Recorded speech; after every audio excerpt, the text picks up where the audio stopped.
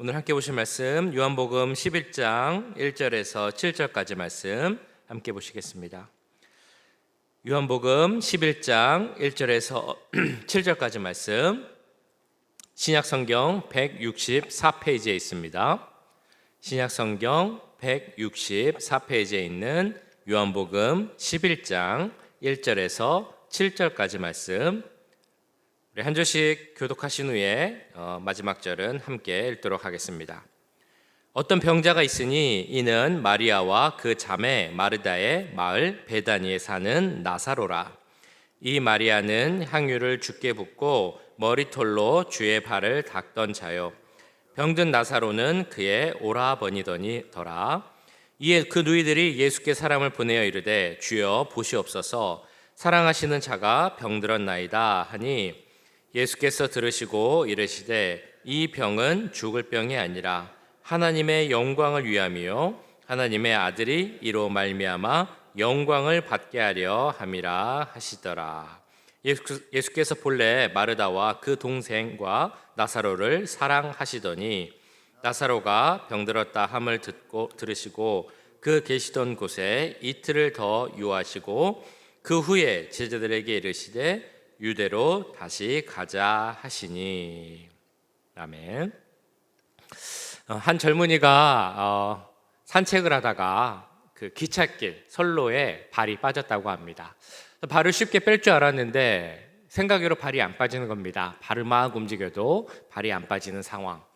갑자기 저쪽에서 기차가 오는 것을 보게 되었습니다. 발을 막 빼려고 발버둥을 쳐도 발이 빠지지 않는 겁니다. 그런데 기차는 계속 다가오고 주위에 도와줄 사람을 찾아봐도 도와줄 사람도 한 명도 없는 것입니다. 마음이 너무 급해졌습니다. 큰 사고를 당할 것 같습니다. 그래서 이 사람이 그제서야 하나님께 기도를 합니다. 하나님, 저를 좀 도와주세요. 살려주세요. 저를 살려주시면 제가 여태까지 술을 많이 먹었는데 앞으로는 술을 먹지 않겠습니다. 발이 빠졌을까요? 발이 빠지지 않았습니다. 기차는 더 가까이 옵니다. 다시 기도했습니다. 하나님, 저를 지금 구해주시면 제가 술도 끊고 지금까지 사람들 미워하고 욕도 했는데 이제는 욕도 하지 않겠습니다. 그렇게 기도했지만 발은 여전히 빠지지 않고 기차는 계속 다가오는 것입니다. 그래서 이 청년이 한 번 더 기도했습니다. 하나님, 저를 도와주셔서 이 발을 빠지게 해주시고 기차로부터 사고 당하지 않게 해주시면 제가 술도 끊고 욕도 하지 않고 저에게 있는 재산을 다 팔아서 가난하고 어려운 사람들 도와주겠습니다 라고 이야기를 했습니다. 기도했습니다. 자, 그러자 정말 거짓말처럼 발이 빠지게 되었습니다. 그래서 무사히 도망을 쳤고 기차로부터 무사히 탈출할 수 있게 되었습니다. 자, 그러자 이 청년이 이렇게 기도를 했다고 합니다. 하나님, 감사합니다. 물론 제 힘으로 빠져나오긴 했지만 그래도 어쨌든 감사합니다 라고 기도를 했다는 겁니다. 우리가 기도를 할 때 참 여러 다양한 모습으로 기도를 합니다. 다양한 생각으로 기도를 합니다. 기도하는 여러 형태들이 있죠. 대표적인 기도가 조건부 기도라는 것을 합니다. 하나님, 제가 이렇게 할 테니 이렇게 해주세요. 혹은 이렇게 해주시면 제가 무엇을 하겠습니다 라는 조건부 기도를 하기도 합니다. 어떤 경우는 기도할 때 하나님께 드렸던 약속을 다 잊어버리고 없던 일로 하는 경우도 많이 있습니다. 이처럼 기도하는 것은 참 어떻게 기도해야 되는가 또 쉽지도 않고 또 그 기도한 것을 실천하는 것도 쉽지 않은 것이 사실입니다. 그런데 기도하는 것 자체가 쉽지 않은 것도 있지만 또 기도를 잘 하시고 열심히 하시는 분들도 기도하는 생활 가운데 어려움이 생길 수 있습니다. 가장 대표적인 경우가 어떤 경우냐면 기도를 정말 열심히 하는데 그래서 기도하니까 하나님이 좀 응답해 주시고 문제도 해결해 주시면 좋겠다라고 생각을 하는데 그런 기도 응답이 잘 오지 않고 계속 늦춰지는 것 같은 그런 생각이 들 때 여러 의문이 생깁니다. 그럴 땐 어떻게 해야 되지? 어떻게 기도해야 되지? 하나님은 왜 나의 기도에 응답하시지 않으시지? 이런 생각이 들 수 있다는 겁니다. 오늘 본문에 이제 그런 내용이 나옵니다. 오늘 본문 읽으셨던 것처럼 하나님, 예수님께서 이제 특별히 사랑하셨던 가정, 나사로, 마리아, 마르다 가정에 있었던 그 어려움, 그리고 그 어려움을 넘어서는 예수님이 주시는 회복의 역사가 나타나는 것이 바로 요한복음 11장의 말씀입니다. 그 회복의 역사를 나타내시면서 우리 예수님께서 그 7가지 에고에이미, 나는 무엇이다 라는 선포가 또 나오죠. 오늘 나오는 말씀은, 그 선포는 참 유명한, 우리가 너무 잘 아는 말씀, 나는 부활이요 생명이다 라고 말씀하시는 그 선포가 나오는 말씀입니다. 어떤 배경 그리고 상황에서 이런 말씀이 나왔는지 한번 살펴보도록 하겠습니다. 오늘 나오는 그 가정은 세 자매, 남매로 이루어진 가정이죠. 나사로, 마르다, 그리고 마리아였습니다. 부모님은 계시지 않은 것으로 보입니다. 그리고 다 결혼을 하지 않은 것으로 보이고, 이 가정은 한 집에 모여 살고 있었습니다. 특별히 이 가정에서 우리가 잘 아는 것은 마리아라는 사람이죠. 뒤에 나오는 11장에 나오는 것처럼 귀한 향유 옥합을 주님께 깨트린, 그래서 그 사랑의 마음을 보여준 사람이 바로 이 마리아였습니다. 2절에 보시면 이 마리아의 모습에 대해서 이렇게 나옵니다. 이 마리아는 향유를 주께 붓고 머리털로 주의 발을 닦던 자요, 병든 나사로는 그의 오라버니더라.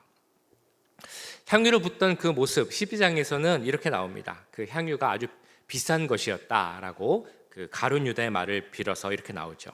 제자 중 하나로서 예수를 잡아 줄 가룟 유다가 말하되, 이 향유를 어찌하여 300데나리온에 팔아 가난한 자들에게 주지 아니하였느냐 하니, 이 말씀을 보면 마리아가 얼마나 예수님을 사랑했는지가 알 수 있습니다. 그가 정말 비싼 향유 옥합을 사서 그 발에 뿌려드리고, 그리고 자기 머리로 예수님의 발을 닦을 정도로 예수님을 사랑했던 사람, 그리고 그 가정이 마리아와 그 가정이었습니다.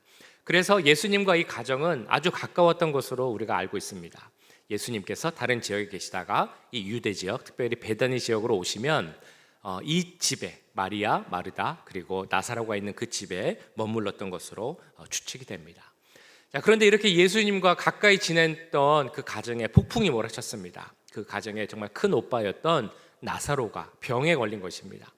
그냥 병이 아니라 정말 중한 병, 생과 사를 정말 가르는 그런 병에 갈림길에 설 만큼 위급한 상황이 되었습니다. 자, 이 상황을 경험하게 된 마르다와 마리아는 그래서 그들을 도와줄 수 있는 예수님께 연락을 합니다.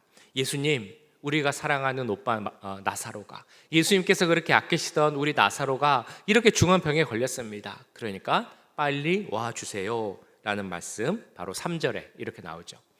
이에 그 누이들이 예수께 사람을 보내어 가로되, 주여 보이옵소서, 사랑하시는 자가 병들었나이다 하니.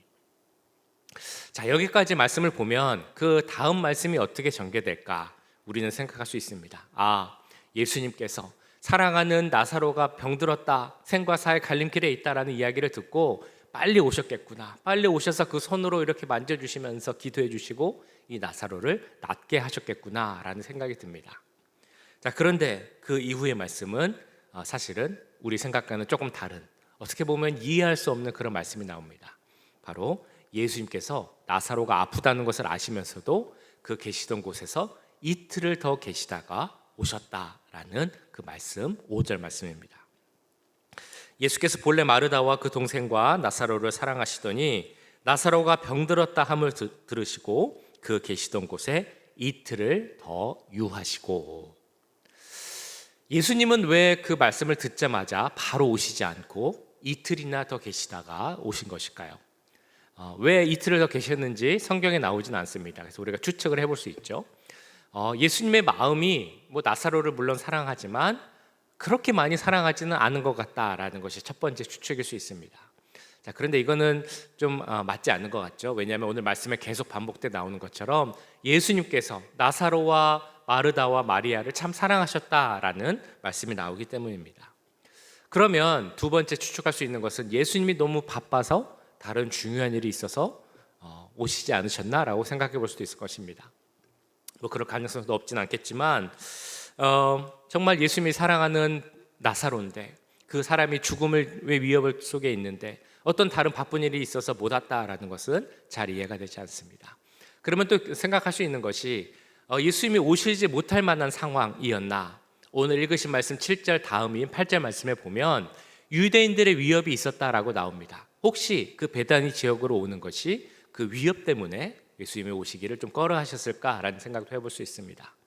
자, 그런데 그것도 조금 이해가 안 되는 것이 예수님이 어떤 분입니까? 우리가 아는 예수님이라면 그 유대인의 위협 때문에 사랑하는 나사로가 죽어가는데 안 오실 분은 아니다라는 것을 알 수 있습니다. 그러면 예수님께서 바로 오시지 않고 이틀이나 더 거기에 계시다가 천천히 오신 이유는 무엇일까요? 이런 질문은 우리가 신앙생활, 특별히 기도생활 하면서 가질 수 있는 질문하고도 사실 연결시켜서 적용해서 생각해 볼 수 있습니다. 이 질문을 우리의 기도생활과 연결시켜 보면 이렇게 바꿀 수 있다는 것입니다. 하나님, 제가 지금 기도 응답이 너무 필요합니다. 하나님의 응답이 필요한 중요한 시기인데 왜 하나님은 응답해 주시지 않습니까? 왜 말씀해 주시지 않나요? 왜 그것이 계속 바로 되지 않고 계속 뒤로 딜레이 되고 미뤄지고 있습니까? 라는 질문을 할 수 있습니다. 혹은 이렇게 질문을 할 수 있겠죠. 하나님, 왜 나에게, 하나님은 분명 우리가 행복하고 기쁘게 살기 원하실 텐데 왜 나에게 이런 어려움과 고통을 주셨습니까? 그래서 내가 이것 좀 해결해 주세요 라고 눈물로 기도하는데 왜 하나님은 빨리 해결해 주시지 않고 이런 어려움이 계속 되는데도 지켜만 보고 계십니까? 이런 질문을 할 수 있습니다. 기도가 응답되지 않는다고 생각했을 때, 하나님이 말씀하지 않는다고 생각했을 때 이런 질문을 다 드린 적이 있으실 것입니다. 하나님이 좀 내 기도 들어주시면 좋겠는데, 이 문제 좀 빨리 해결해 주시면 좋겠는데 하나님의 기도 응답이 참 빨리 되지 않고 계속 지연되네. 왜 하나님은 그러실까? 그런 생각을 해보신 데가 있으십니까? 우리가 그 아이들에게 그 기도의 응답에 대해서 알려줄 때, 설교할 때 이런 설명을 많이 합니다. 기도의 응답에는 세 가지가 있다라고 이야기를 하죠. 간단하게 이야기하면 영어로 yes, no, 그리고 wait.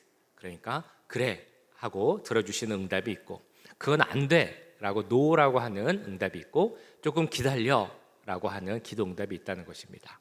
여기서 우리가 기억해야 되는 것은 그 우리의 간구를 들어주시는 것만 기도 응답이 아니라 no도 기도 응답이고 wait, 기다리라 하는 것도 기도 응답이라는 것입니다.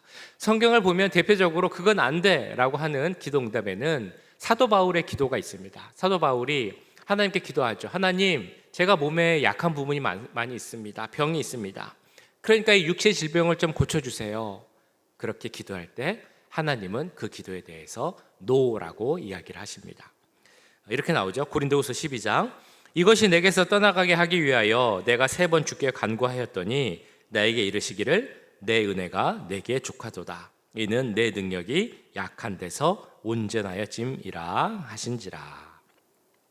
여기 나온 것처럼 너에게 있는 약함을 통해서 강함을 나타내겠다. 그러니까 너의 육체의 질병이 낫는 것은 안 할 것이다 라는 no라는 기도 응답을 주셨습니다. 때로는 그건 안 돼 라는 것이 우리에게 응답으로 올 수 있다는 것도 우리는 알아야 한다는 것입니다.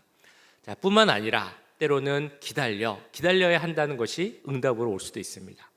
자, 그런데 우리가 그런 응답을 들었을 때 그러면 이렇게 질문을 하게 됩니다. 하나님, 그럼 제가 기다릴 수 있는데 언제까지 제가 기다려야 됩니까?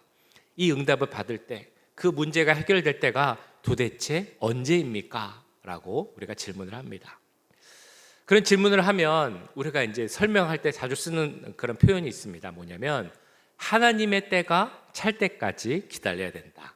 혹은 기도의 분량이 찰 때까지 기다려야 한다라는 그런 설명을 해줍니다. 이 말이 기도의 분량이 차야 한다라는 말이 알 것 같으면서도 모를 것 같은 그런 이야기입니다. 기도의 분량이 차야 된다라는 무슨 말일까? 말 그대로 기도의 양이 많아야 되나? 더 오래 기도해야 되고 더 많이 기도해야 되고 더 막 소리치면서 열심히 기도해야 된다는 그런 이야기인가? 라는 생각을 할 수 있습니다. 근데 사실 그런 부분도 있긴 있습니다. 어떤 일이든 하나님의 때가 있기 때문에 그 때가 우리에게 올 때까지, 혹은 그 때가 우리가 바라는 것보다 더 빨리 속히 올 수 있기를 기도하는 그 기도의 양도 사실은 중요합니다. 그런데 기도의 분량이 차야 된다, 하나님의 때를 기다려야 한다라는 그 말에는 동시에 내 기도가 내 뜻을 구하는 기도가 아니라 하나님의 뜻을 구하는 기도가 돼야 한다라는 의미도 있습니다. 제가 설교를 통해서도 그리고 우리 제자 훈련 성경 공부를 통해서도 이제 말씀드리는 내용이기도 하죠. 좋은 기도, 하나님의 응답받는 기도는 내 원하는 바를 구하는 기도가 아니라 하나님의 뜻을 구하는 기도다. 하나님의 뜻을 구하면 그 기도는 응답받을 수밖에 없는 것이 하나님이 원하시는 바를 구하기 때문에 응답받을 수밖에 없다라고 이야기를 드렸습니다. 내 믿음이 자라고 하나님을 더 알아가고 하나님 뜻에 대해서 우리가 더 알아가게 되면, 그래서 우리가 하나님의 뜻에 맞는 그 기도를 드리게 되면 바로 그때 우리 기도의 분량이 차게 되고, 그래서 그 기도는 응답을 받게 되는 것입니다. 자, 그런데 또 다른 경우가 있습니다. 기도의 응답이 지연되는 경우, 오늘 말씀에 나오는 경우죠. 어떤 경우라고 나오냐면 하나님과 그 아들의 영광을 위해서, 그래서 기도의 응답을 늦추시는 경우가 있다는 것입니다. 하나님, 왜 제 기도에 응답해 주시지 않으세요? 제가 이렇게 아프고 힘들어요. 제 마음의 상처가 커지고 제 마음의 멍울이 커지는데도 왜 하나님은 이 일을 가만히 보고 계시고 문제를 해결해 주지 않으세요? 라고 우리가 물을 때 하나님은 이렇게 대답을 하신다는 겁니다. 그것은 나의 영광을 나타내기 위함이다. 나의 전능함을 나타내고 하나님의 그 무한하신 능력을 나타내기 위해서 그 기도 응답이 늦춰질 때가 있다라고 말씀하시는 것입니다. 오늘 본문에 보시면 예수님께서는 그 가족 나사로와 마르다와 마리다에게 이틀이 늦는 그 이유에 대해서는 말씀하시지 않은 것으로 보입니다. 그렇기 때문에 마리아와 마르다 그리고 나사로의 마음속에는 원망과 불평 그리고 불안의 마음이 있었을 겁니다. 예수님 좀 일찍 오셔서 좀 빨리 고쳐주시지 왜 오시지 않는 겁니까?